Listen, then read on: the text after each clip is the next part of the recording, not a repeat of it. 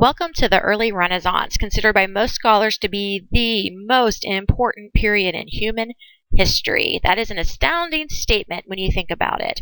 But the Renaissance itself covered such a broad expanse of amazing achievements in art, in literature, in culture, in every aspect of human society that it is deemed to be an extremely important stage. However, it would have never been possible had it not been for the early Renaissance. It is this stage of the period that actually set the stage, basically, for what is to come. And one of the primary factors we have to consider in the early Renaissance is the fact that the church was now declining. Now, I want to make sure that this is very clear. Just because the church was declining from the momentous position of power it had in the Middle Ages, by no means should insinuate that it is no longer important or kind of off the radar, because that is absolutely not true. The church is still a very powerful organization that dominates the life of the majority of Europeans in this period. However, what we do see is the beginning of a shift away from religious control towards the control of individual governments. And in this period, it's not like Europe looks the way it does now. There was no Italy the way we think of Italy. For example, there were a bunch of different little city-states, for example, the Papal States, Florence, Naples, etc., that were independent. And so each of those little independent cities was starting to gather, more power into itself and basically depending less upon the church. Now, there are a number of reasons why this could happen. I'm sure just at this point you could guess some of them, essentially from what we've been talking about the last few weeks. The Black Death and the Crusades, both of those were, pretty important factors as to why the church started to decline. Also, there was a huge amount of corruption within the church. There were priests and popes totally taking advantage of their positions and basically stealing the tithe money from the church itself to actually spend on their own individual desires. In addition, there also was a growing amount of education among the population. They did not think that the church itself had to be the only way to access God. They start looking for more of an individual relationship, and that, of course, is something that's going to become very important in time to come. But again, do not overestimate this and do not assume that just because their power is declining that the church disappears, because that would be an absolute incorrect thing to assume. The actual beginning of the Renaissance starts in Italy, in the city of Florence. And Renaissance, the term itself, actually means rebirth. And that is literally what the Italians at this period thought was happening. They were looking back to what they consider to be the most important period in human history, which was the Classical Age, which also, of course, took place in Italy with ancient Rome. And they looked at that as the best sense we ever had of our cultural and social selves, meaning they had the best culture, they had the best society, they had the best politics, etc., etc., etc. We should be like them. And that is why it is a rebirth and not the development of a totally new culture. Now, one of the primary facets of this was that art all of a sudden became accepted not only as beautiful, but also as intellectual and as something that was absolutely essential to learning and culture. That's not optional. You can't choose to study art or anything else. You have to, if you want to consider yourself to be an educated intellectual person. And so that is why art in and of itself took on such a massive role in the period. And I love the quote from Rabelais you see down there at the bottom of the page. Out of the sick Gothic night, our eyes are opened to the glorious touch of the sun. This is how people felt in the Renaissance. The sick Gothic night of the Dark Ages, it's over. We finally are moving on to this beautiful, wonderful sense of opportunity. And truly, for the first time, probably in a couple of hundred years, that was like the overwhelming feeling for the people in this period, that anything was possible, that they could achieve it if they could only dream it. And boy, did they start dreaming big.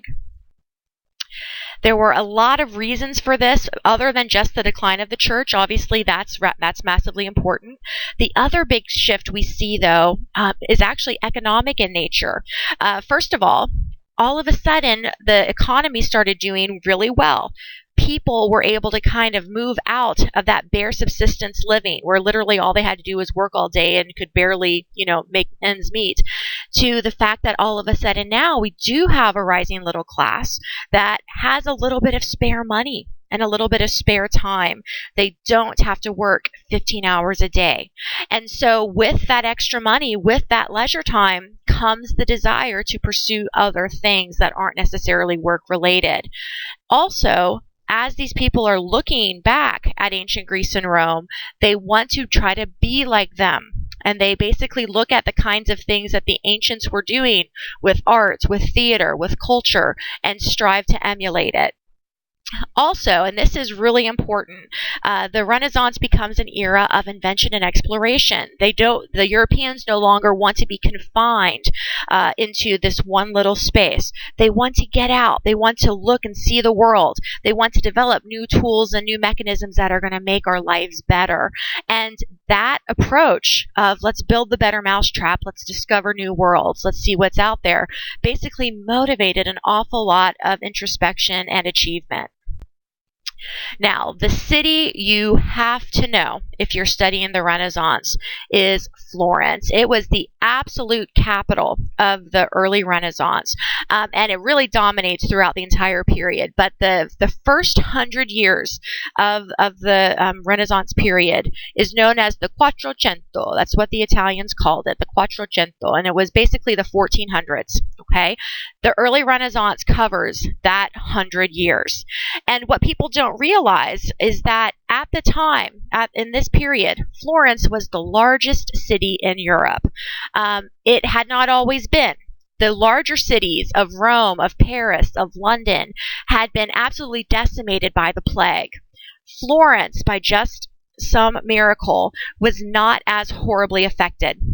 And so when all those cities were still, kind of dealing with the fallout from all that death, and like literally we're talking about the cities being reduced in number by 2/3 of their population just being dead, Florence was still thriving, and it was a city of about 40,000 people at this time. Also, Florence was a little bit unusual in that it actually was a democracy. They had a council, that they elected and actually ran the city. It was called the Council of 70. They had a constitution. They even had political parties. In many ways, it was a very modern city here in the 1400s. And the family that came to dominate it was a family by the name of the Medici. You'll also hear that pronounced Medici. Either is acceptable. And there were a whole family. They were bankers, and basically they controlled the money in Florence. And just like in modern America, the people who control the money tend to control the politics, and that's exactly what happened here too. And they ran Florence, but from like an unofficial post. It wasn't like they were elected. It wasn't like they were kings. They had no official power, quote unquote, but they had influence because of their wealth. And in reality, it's not even too much to say that this is kind of the birth of the underworld, of mobsters, of gangsters, and that they basically ran the city from that position and weren't afraid to engage in some pretty dark illegal practices such as murder, bribery, extortion, etc., to get their way. Now, the first major Medici was a guy named Cosimo. He was a banker. He's the one who kind of started, like the patronage of the arts and so forth. He was extremely important. But it's his grandson, Lorenzo, that you should know, because basically Lorenzo is probably the person who is single-handedly responsible for the start of the Renaissance. Now, that's a massive statement to make, but I think once you actually start looking at what Lorenzo did, you'll understand what I'm talking about. Now, Lorenzo actually had a name, and this was even his name in the period. This is not historians looking back and saying, oh, he was pretty awesome. In the period, he was known as Lorenzo the Magnificent. Now, how amazing would that be to have that moniker for you? And he is, without a doubt, the most important early Renaissance figure. And if you've ever heard the term Renaissance man, a person who's kind of able to do everything, he's just really skillful no matter what the subject is. Lorenzo truly is a Renaissance man. He was extremely well educated. He wrote poetry. He studied Latin. He spoke, all the classical languages. He was an athlete. He was able to kind of do and accomplish anything he set his mind to. And he used his pocketbook, which was extremely full. They were the bankers of Florence, to promote the arts.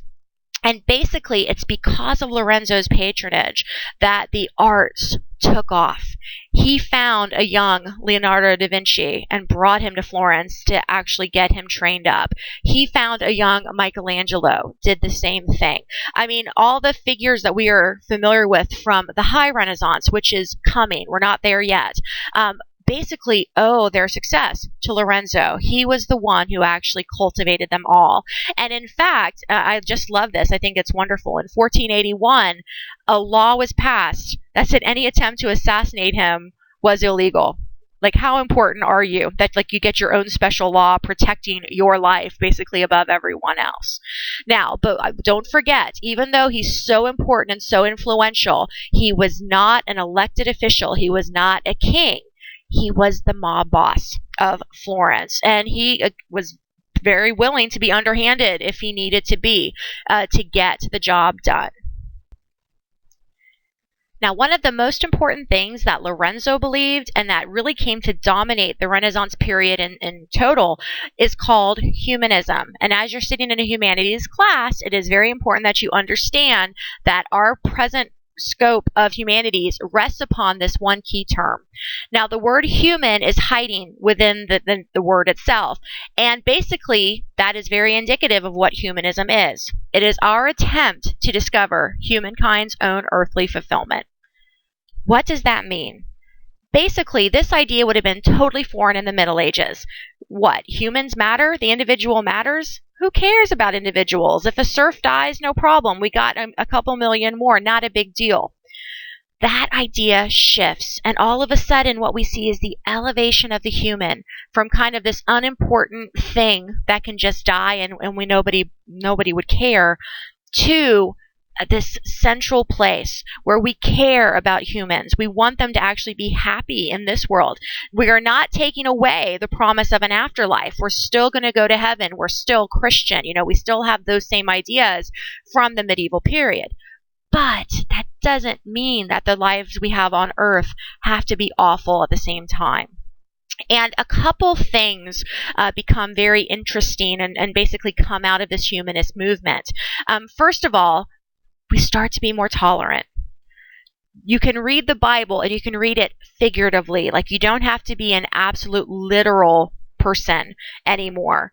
And just because the Greeks and Romans were pagan doesn't mean that everything they had to say was wrong. That was, again, a very medieval idea that we don't want to be like the Greeks and Romans. That's why we don't have sculpture. That's why we don't do theater. We don't want their influence on us. The people now in the early Renaissance are looking back at the ancients and admiring them. And maybe they didn't get everything perfect, but that doesn't mean that they were totally wrong. And one of the most important things is the focus on the individual, but not individualism. And let me clarify that, because that can be confusing. The focus on the individual means that the individual matters, that we should pay attention to him, that every single one of us as people can contribute something and can make the world a little bit better, essentially. That is not the same thing as individualism. Okay, individualism is basically where I care about the individual to the exclusion of everyone else. That as long as I get a good grade on my test, I don't care how everyone else does. That as long as I have the right to do what I want, I can screw over everyone else. That is not what we're talking about here. This was the importance of the individual to better society, not at the expense of society. Individualism, kind of that at the expense of, is a much more modern ideal. Now, humanism also factored in a lot of basically admiration for the ancients, specifically for ancient texts. This is when we're basically going to rediscover Aristotle and start doing that. A true admiration for art, especially ancient sculpture, and also architecture. And so when we start looking at examples of this, you're going to notice kind of how reminiscent a lot of these items are compared to ancient temples you might have seen or ancient statues you might have seen and so forth. It was not an accident. They were literally imitating the art and architecture and the writing of the period in large part. In fact, most of the writing is still done in Latin, kind of as a hats off to the ancient Romans. However, the other thing about humanism is that the spectrum of what it was acceptable to study starts to grow. For example, all of a sudden we can study grammar, we can study rhetoric, which is public speaking, the ability to actually stand up and be persuasive. We can look at history, not as just an example of how we did bad things in the past, but also to learn from it and to see how man achieved great things in the past. We can study poetry, we can study philosophy, and all of a sudden these topics become very common where people are having intellectual conversations that doesn't have to be just based on theology, just based on the Bible. And this is really essential, humanism in this period does not mean that we hate God or that it was anti-Christian in any way whatsoever. Modern humanism today, and when I say modern, I mean 21st century humanism, is in direct conflict with Christianity. But that is not how it started.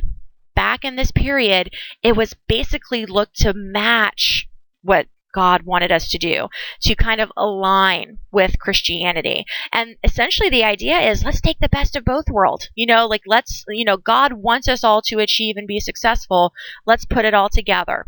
And of course, this idea was able to be spread very rapidly, basically because of the printing press. All of a sudden, books were not, these prized possessions that were hand copied and then illustrated into illuminated manuscripts by monks. They could be printed and shared.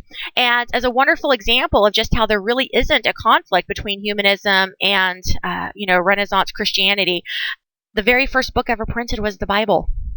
They were not looking to eliminate the influence of Christianity. They just didn't want to ignore everything else anymore. Now, the most important person associated with this is a man named Pico. His full name is Pico de Mirandola, but everyone just goes by Pico. And the book he wrote, and again, written in Latin, because again, we love the original Romans, was called Oration on the Dignity of Man. This is an absolute key work, and it basically lays down this idea that every man has dignity, and every person, I'm not just talking just about men, every person has dignity. Every person deserves the chance to be happy, to make a contribution to society. And if he had published this work 200 years before, you can imagine how the medieval audience would have viewed it. He would have been absolutely, just ignored. But that is why the early Renaissance is so important. Ideas are changing. And he wanted us to look at all the philosophies in the world, even from heathens, even from pagans, even from Muslims, even from anybody who might not be Christian, and take the best. And he wanted to be a master of all knowledge. He didn't see any of it as in conflict with anyone else. This idea is so massively important, that we all have capabilities to do this, and that we can learn so much from other people, even if they're not Christian, that it really starts the wheels spinning throughout Europe for people to try to do exactly that. The art of the early Renaissance is marvelous in its own way. It is not what's to come, okay? These are not the greats of Leonardo da Vinci, of Michelangelo, of all the other wonderful people we're going to be looking at starting next week. However, this is an absolutely essential kind of intermediate step between the medieval art, which was so stiff and hugely religious, to those great masterpieces. And basically, we couldn't have got there if we didn't start here.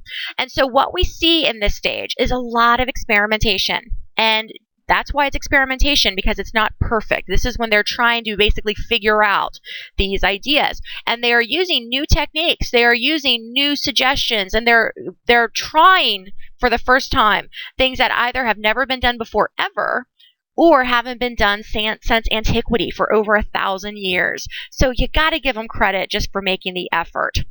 Now, another few things to consider here is the fact that the church is no longer the only person paying for art.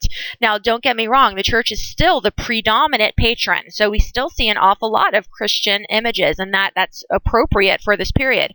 However, we also have wealthy merchants and rulers with a little bit of money to spend that are willing to basically buy artwork to pay artists to basically be professional in what they do, to only paint for their living. And the most important thing we see is, since we are so focused on what the ancients were like, we got to get that into our work, which means we're going to be looking at ideals, harmony, beauty, symmetry, parallelism, like all the wonderful ideas you imagine when you see an ancient Greek or Roman temple. Those sort of ideas are coming into play, which means we care about realism. Okay, look, remember Sambouye, remember Giotto with the really big Virgin Mary and baby in the middle and like the really little angels on the side. We're not going to do that anymore. We want realism. We want realistic depictions of people. And as I said, they are experimenting, so they're not going to get it perfect yet. The fact that they're even going there is a very important step towards the High Renaissance. As I mentioned, many of the paintings are still religious, but these are a few things that do change that are really important. First of all, we are focused on earthly observation, which means let's recreate kind of the scenes we see on the world around us. We don't have to have only a focus on heaven or on God or on the afterlife. We can actually kind of enjoy the simple things around us even now. As I mentioned already, realism. Let's get this right. And what that leads to is the development of something known as perspective. That if we are going for realism, if we want to make baby Jesus look like a baby, we have to paint him a certain way. If I want to make that tree look really far away, I have to paint it a certain way, etc. And the two aspects of perspective that are invented, which is massively important, invented in this period. The first is known as vanishing point, and I'm going to show you an example of that in a second. The second is known as atmospheric perspective. Guys, we finally made it. We're going to get backgrounds. You have to convey the background and kind of the setting of an image to make it seem realistic. You can't have figures just kind of floating in space anymore. And the fact that they're kind of making that contribution, making that change, is one of the truly most important aspects of early Renaissance painting. Now, the image you have in front of you here is an example of perspective. And it's a hallway, right? It's a very basic hallway. But if you notice, the dead center of the painting, the hallway is narrower, quote unquote, than it is at the bottom of the painting where the hallway is wider. Well, to the modern audience, that is obvious. Well, obviously, the hallway is going to be closer together. It's further away. And if that hallway extended out indefinitely, eventually the two sides would meet together, into like a final point. That is obvious to us because we've had the benefit of about 600 years worth of history between now and then. These are the people that invented that idea. Prior to the early Renaissance, if you wanted to do a hallway, well, a hallway is always 6 feet wide, right? Why would my drawing be any different no matter how far away it is? It's still 6 feet. It should be the same. They could not grapple with the idea that the way you paint something, if you want to make it look realistic, has to be modified. They came up with it, and they started developing things like this that show accuracy of like depth and detail based on vanishing point. Now, Masaccio, this is a wonderful example of atmospheric perspective as well. This is a painting of Jesus. You can tell, man in the center with a halo. That normally is the case. With his disciples. And actually, you might be familiar with the story from the Bible. The man to the right of Jesus in the red tunic is asking for his tax money. And he goes up to Jesus saying, you owe me $5. Jesus talks to Peter, who is the man in the beard on Jesus to the left of the side, and he says, Peter, go catch a fish, and what this gentleman seeks, what this Roman seeks, will be in the mouth of the fish. So then, shifting to the left of the painting, you see a man catching a fish. That indeed is Peter. Okay, so Peter is in this painting a number of times. He's in the center, and now he's over here to the side catching a fish. He opens the fish's mouth. The money for the Roman tax collector is inside.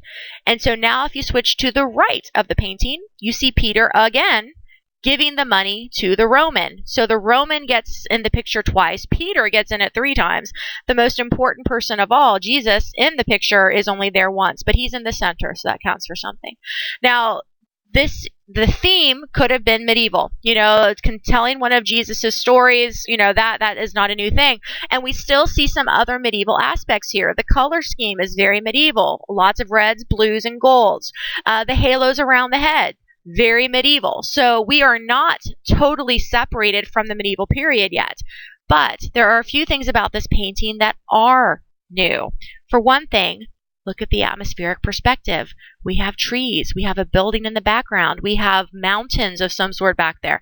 Now, granted, it is not beautifully well developed, but should it be? If it's in the background, shouldn't it be a little blurry? Shouldn't it be a little, indistinct? Masaccio is getting us there.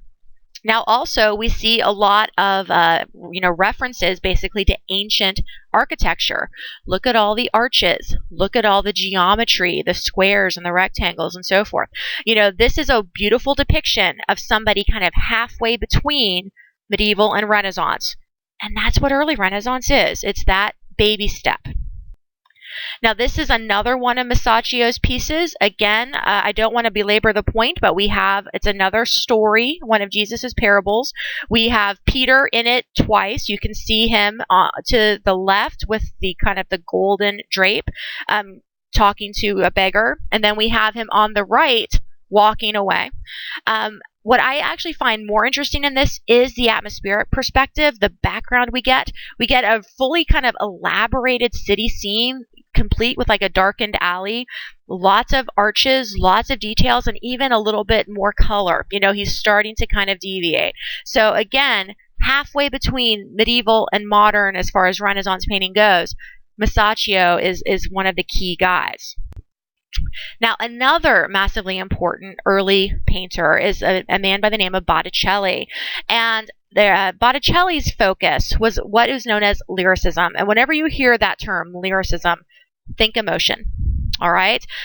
Masaccio, as wonderful as his paintings were, they weren't very emotional, were they? They were telling stories that we were used to hearing, that the typical early Renaissance, late medieval person would have been used to hearing, and he does it well, and that's wonderful. Botticelli, though, wants to capture passion. He wants to capture happiness and so forth. He's not as concerned with intellectualism, which that in and of itself is a massive break from what came before. Even with Gothic, and I'm sure you remember me saying Gothic was more emotional, was more focused on mercy than on judgment and so forth. Even still, it was not the same sort of emotion of the average person. It was more focused on like Jesus's pain on the cross and so forth. Now, there's 2 paintings by Botticelli that are especially famous, and I'm sure you've seen one of them. The Birth of Venus here in front of you. It's one of the most famous pieces. And when you look at this, it depicts Venus coming out of the ocean. The ancient myth is that she was actually born of the waves of the sea and kind of burst fully grown out of the ocean. And of course, as soon as she came out, her lady-in-waiting comes rushing over with a cloth to cover her. Now, when you look at this, first of all, this is not a Christian theme. We are talking about the birth of a pagan goddess from ancient Rome. That in and of itself shows you this is clearly an early Renaissance painting. There's no way that this painting could have happened 100, 200, 500 years ago with this pagan topic. The Botticelli would have been stoned for such an act. However, what we do see is a beautiful rendering of a nude, which, remember, we didn't see a lot of female nudes in the medieval period. That was considered inappropriate based on the Christian focus. So we see that massive shift. We see a shift in the content, and we also see more colors and background and beauty. That is how things are shifting. Botticelli's other really famous painting is called Primavera, and here it is. And again, you can see that there are certain pagan elements to this. First of all, it's a group of people outside in a forest and an orchard of types. And there's a central figure there kind of supervising everything, and there's a cherub flying over him. There's a group of women dancing. They're picking fruits, presumably to eat and have a picnic. I mean, it's a celebration of life. It's a celebration of how beautiful and wonderful things can be. And that idea is extremely humanist in focus, that humans can have a wonderful time and enjoy their picnics and dancing and celebration on Earth, and not just wait for the afterlife to seek sort of any enjoyment. For the first time in this course, I actually finally get to really talk to you about sculpture. If you recall, we did not have a lot of sculpture in the medieval period. The first half of it, we had none. And when we get to the Gothic age and we finally get to experience some, all it is are smallish sculptures basically glued to the walls of cathedrals, totally meant just to teach the illiterate masses the stories of the Bible. That changes now. We are looking back to the ancient Greeks and Romans, and we are just amazed at their accomplishments. And there is no way you can look back at what the ancients did and not look at their art with equal amazement. And so we start trying to copy them. And what we get is really, for the first time in 1,000 years, the first statues again. It's really important. Now, because of the humanists, we were looking at individuality, we're looking at balance, we're looking at action, and the topics are still largely religious. Most of the time we're getting religious themes for our issues. But they start doing it with a focus on the individual, trying to emulate the way the ancients did it. And again, we're not perfect, but we're trying, and you have to give them credit for that. What you are looking at here is probably the most important sculpture, certainly of this period, even though it is not the most famous. It's by a man named Donatello. And what you see before you is the first freestanding sculpture since antiquity. Literally the very first freestanding sculpture in over 1,000 years. Now, this image is of David, and if you remember the Bible story, David is the one who's going to go out and fight Goliath. He is taking his sling and rocks, and he's about to, get it on with the monster, essentially. And he might not be wearing any clothes, but he's got his hat and he's got his boots on, so apparently he's ready. And even though by modern standards we look at this, and this is not necessarily the ideal of beauty, it's a very, effeminate image of the male. He's carrying a sword, which doesn't really match the Bible story, and so forth. But you got to understand how important what Donatello was doing. The fact that he actually produced this, and it was meant to be viewed from all sides, which means it's totally complete. It's anatomically correct. It's got all the details. And it has kind of that focus on beauty and not just on message. The image here is not just for the glory of God. It's for us to appreciate kind of the undertaking that David was about to undertake. Now, this is one of Donatello's other really famous pieces. This is St. George. He's the patron saint of England. And his famous task was that he is actually the one who rid England of all its dragons. But when you look at him, again, now this is not a freestanding statue. It actually is meant to kind of be glued to an alcove in a church, which means that he basically doesn't have a back, or at least not a fully formed back like we have with David. But his front is still, much more developed and expressive than what we would have seen in the past. And you can look into his eyes, you can see his clothing, you can see the details, and just see how much progress we have made from the really basic statues that we would have on the church sides in the medieval Gothic period. Another really important sculptor from this time is a man by the name of Ghiberti, and what you see before you are his famous doors. These are actually the doors to a church in Florence, and there's a wonderful story associated with this. When he originally made them, they were literally just called like doors to a church. They didn't have any sort of fancy name or anything, and it wasn't until later when a young Michelangelo arrives in Florence and he sees them that he stares at them astonished, and he just says, "Oh, surely the doors to heaven would be just as beautifully decorated. And that is where their name came from. Ghiberti liked that idea, apparently. And so now these are known as the doors to paradise. And what you can see, again, is a beautiful depiction of different aspects of the Bible.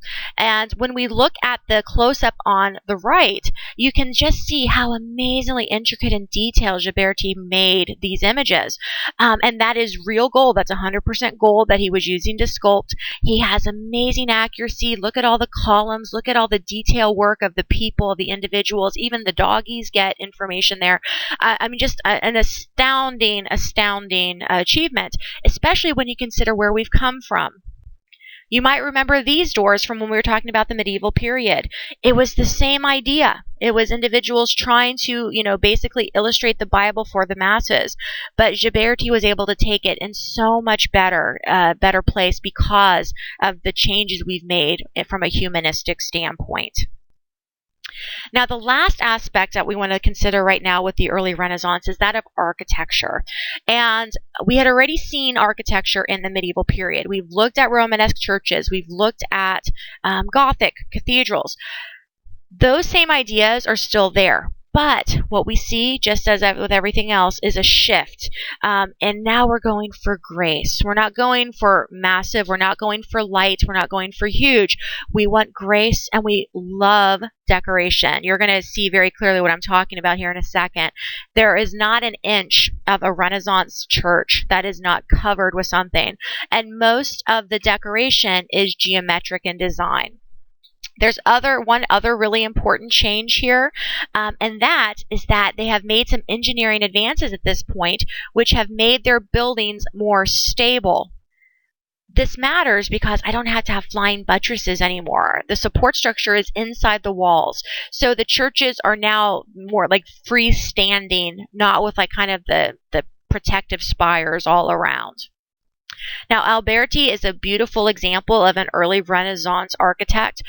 When you look at his church there, again, the design elements are absolutely clear. We still have the rose window, the big circle rose window in the front. We will still have stained glass inside too, but look at this facade.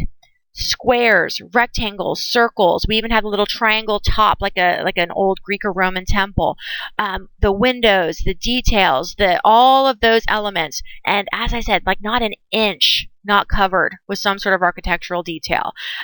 This is the new Renaissance standard. The other thing I'm sure you notice is all the arches.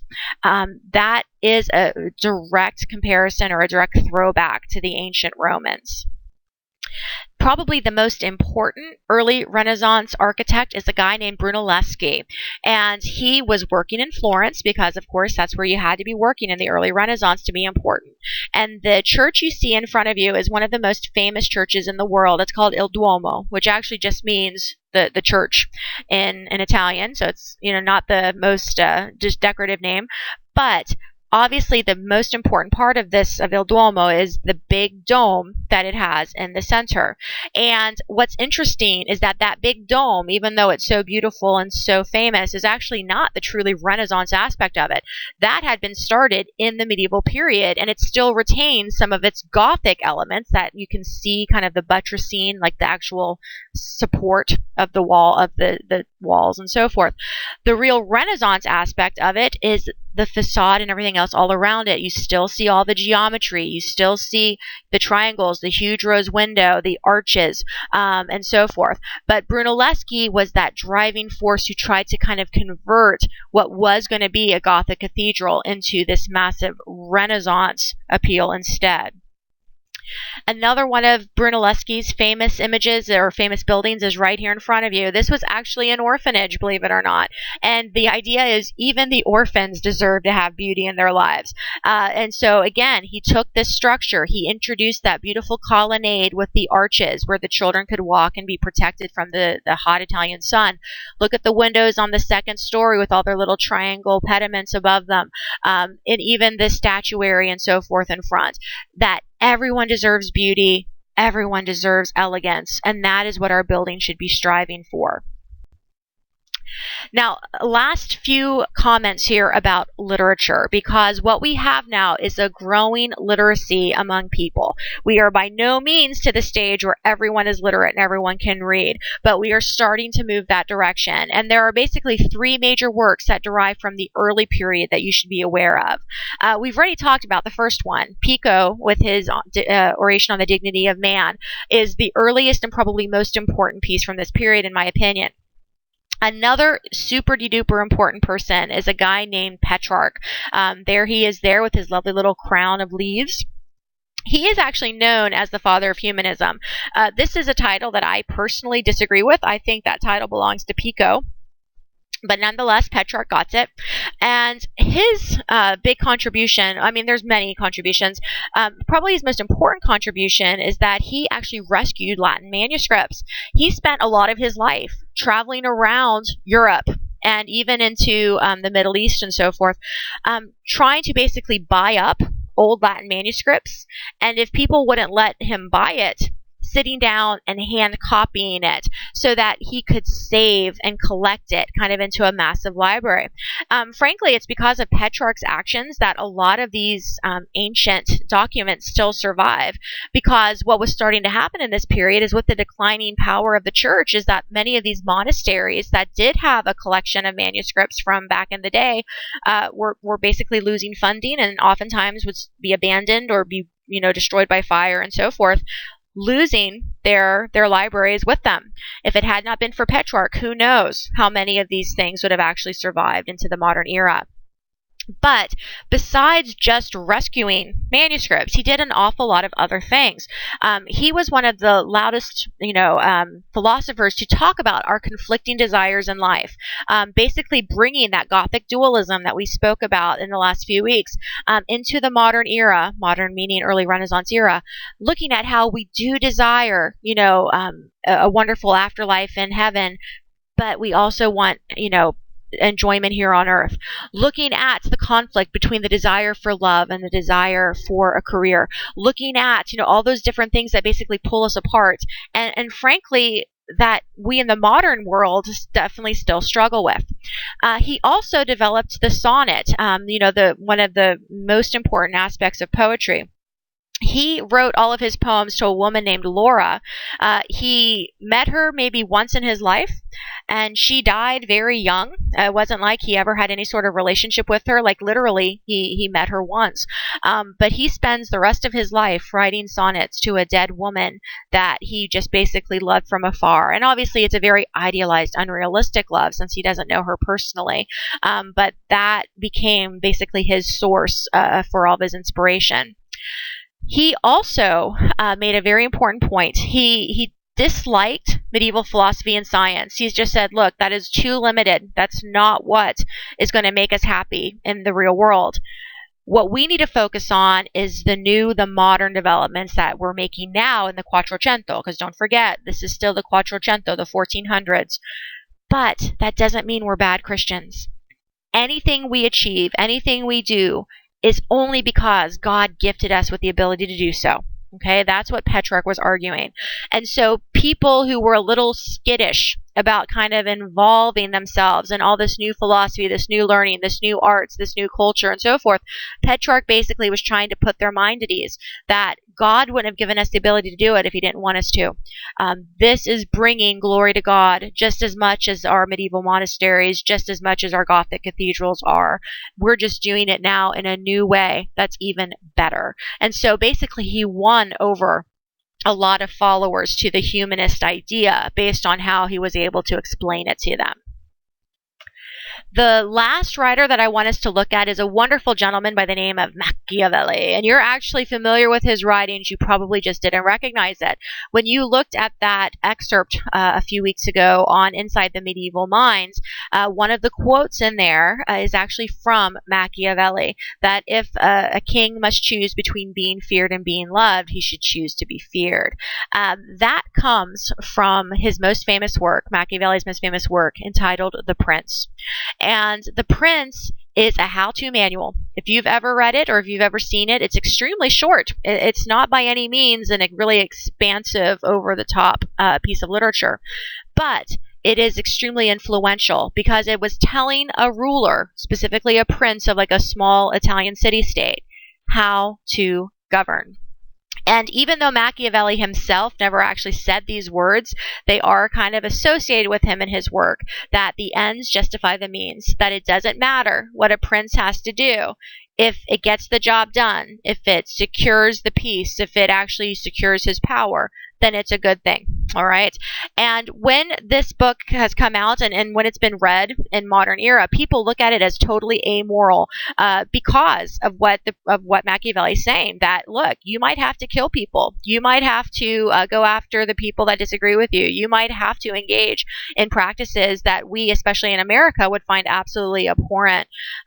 But as far as Machiavelli is concerned, he's not being immoral, he's being practical. Because what if the prince doesn't do that? What if he doesn't pursue the people that are causing trouble, that are causing dissent in his city? What's going to end up happening is that the city's going to fall into chaos and maybe the leader's going to be overthrown. Is anyone going to benefit from chaos and from anarchy and from lack of any central government? Machiavelli says absolutely not. He wants the good of the public. And if the prince has to be, very strong-handed to achieve that, well, then that's for the benefit of everyone in the long run. So that was his primary idea. You're going to have a nice excerpt from it to look at in your reading, so you can judge for yourself whether you think Machiavelli deserves the title of immoral or not. And that concludes our discussion of the early Renaissance.